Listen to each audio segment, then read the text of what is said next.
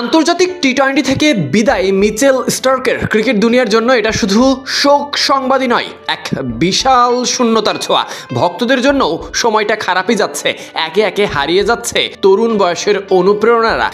দেশের বাইরে একে একে তারকাদের পতন হচ্ছে সময় ফুরিয়ে। সেখানে যুক্ত হলো অজি কিংবদন্তি তারকার নাম।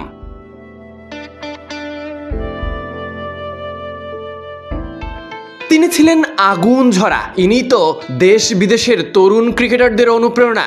সঠিক আগ্রাসন, বুলেট গতির সঙ্গে সুইং ভেঙে দিতে পারতেন প্রতিপক্ষের ব্যাটিং লাইন আপ। 2021 সালের বিশ্বকাপ জয়ের সেই হাসি, গর্জে ওঠা ইয়র্কার আর ঝলমলে মুহূর্তগুলো আজও চোখে ভাসে। তবে সেসবকে অতীত করে এখন যাচ্ছেন অবসরে ক্রিকেটের শর্ট ফরম্যাটে, আন্তর্জাতিক ক্রিকেটে।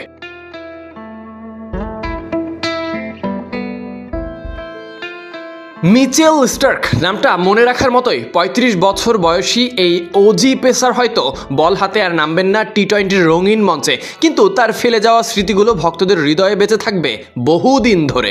স্টার্ক নিজেই বলেছেন, টেস্ট ক্রিকেট সবসময়ই আমার প্রধান গুরুত্ব। অস্ট্রেলিয়ার হয়ে খেলা টি-20-র প্রতিটি মুহূর্ত আমি উপভোগ করেছি, বিশেষ করে 2021 বিশ্বকাপ। শুধু আমরা জিতেছি বলেই মনে হয় না, পুরো যাত্রাটাই দারুণ ছিল।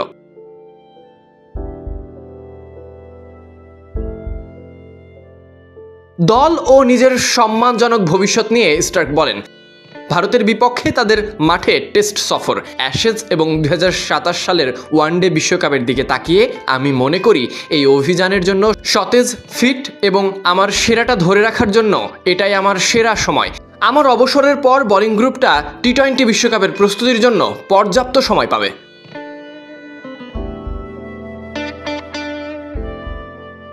অস্ট্রেলিয়ার হয়ে 65 ম্যাচে 79 উইকেট, সংখ্যাগুলো হয়তো ধরা যাবে কাগজে কলমে, কিন্তু মাঠে তার ভয়ঙ্কর উপস্থিতি আর সেই আতঙ্কিত ব্যাটসম্যানদের মুখ, তা চিরকালই থেকে যাবে গল্প হয়ে।